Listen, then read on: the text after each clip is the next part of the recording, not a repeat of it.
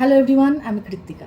আমি এরকমভাবে live video বানাই না, মানে পারি না বানাতে। আসলে কোনো রেকর্ডেড ভিডিওতে আমি ভয়েস ওভার দিই, তো এই প্রথম আমি এরকম লাইভ কথা বলছি।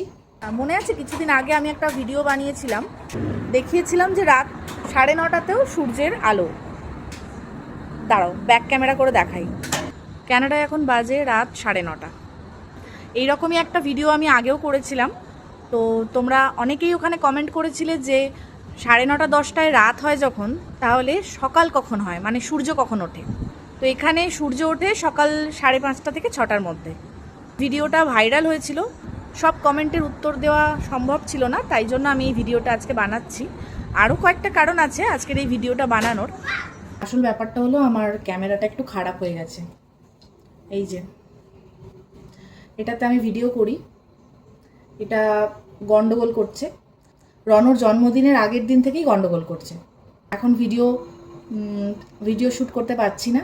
রনর জন্মদিনটা দীপের ফোনে আমি রেকর্ড করেছিলাম। ইভেন এখনও ভিডিওটা আমি দীপের ফোনেই করছি, কারণ আমার ফোনেও ভালো ভিডিও হয় না। এই ফোনটা 9 বছরের পুরনো। আমার বিয়ের ঠিক পরের জন্মদিনটাতেই দীপ আমাকে এটা গিফট করেছিল। তো এটাও প্রায় দেহ রাখতে বসেছে। আর এখন কি করব জানি না, দেখি এটা কোথায় সারানো যায় সেটাও জানি না, দেখা যাক। আর মানে খুব অড লাগছে এইভাবে কথা বলতে। জানি তোমরা অল টাইম আমার পাশে রয়েছো, তো সেটা নিয়ে কোনো চিন্তা নেই। আমি শুধু একবার জানাতে এলাম যে এখন কন্টিনিউ আর ভিডিও আসছে না আপাতত।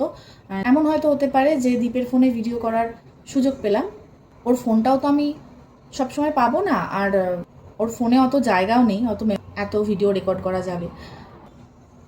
আর একটা কথা বলার আছে, আমার ভিডিওতে প্রচুর কমেন্ট পাই, অনেক জায়গা থেকে মানুষজন দেখে।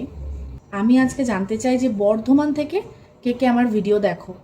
যেহেতু আমি বর্ধমানের মেয়ে, আমার শ্বশুরবাড়িও বর্ধমানেই।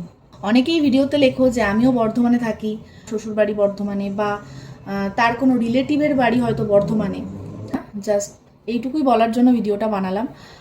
তোমরা সবাই ভালো থেকো, সুস্থ থেকো। দেখা হবে কোনো একটা ভ্লগে। Good night.